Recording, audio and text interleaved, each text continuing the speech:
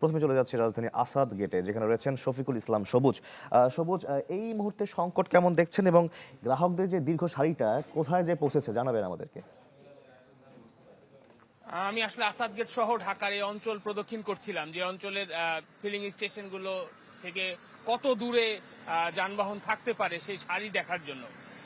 আমি এখন যেখানে রয়েছি এখান থেকে প্রায় 1.5 কিলোমিটার বা 1 কিলোমিটারের বেশি দূরে হবে আসাদ গেট, এবং আসাদ গেটের দুই পাশে দুইটি ফিলিং স্টেশন রয়েছে, অর্থাৎ জাতীয় সংসদ ভবনের পশ্চিম পাশ লাগাও একটি ও রাস্তার উল্টা পাশে মোহাম্মদপুর অংশে একটি। তো সেই দুইটি ফিলিং স্টেশনের তে জ্বালানি নেয়ার জন্য যানবাহনের যে সারি, এই সারি কিন্তু এখন পৌঁছে গেছে অনেক দূরে। অর্থাৎ হঠাৎ যদি এই রাস্তা দিয়ে কেউ আসে, কারো মাথায় যদি না থাকে যে জ্বালানির জন্য মানুষের অপেক্ষা বাড়ছে, তারা আসলে হতবাক হয়ে যাবে, অবাক হবেন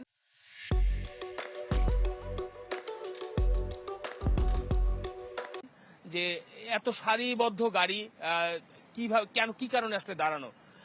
তো যারা এখানে রয়েছেন তাদের কাছে কোশ্চেন ছিল যে কখন আসলে তারা এসেছেন। আর সবাই বলছেন যে গভীর রাত থেকে, রাত 2টা 2:30 কেউ ফজরের নামাজ পড়ে এই লাইনে এসে তারা যুক্ত হয়েছেন, এবং ঠিক কয়টা নাগাদ যে আসলে তাদের এই জ্বালানি মিলবে তা আসলে বলা কঠিন। আমি যদি বলি, একদম আসাদ গেট থেকে শুরু করে এই অপেক্ষমান এই গাড়ির সারি পৌঁছে গেছে বিজয় সরণি পার হয়ে ওদিকে ফার্ম গেটের দিকে, খামারবাড়ি পর্যন্ত শেষ, ওদিকে কোথায় গেছে আমি আসার আগ পর্যন্ত খামারবাড়ি পর্যন্ত দেখে এসেছি। ঠিক এখন যে কোথায় গেছে তা বলা খুব কঠিন।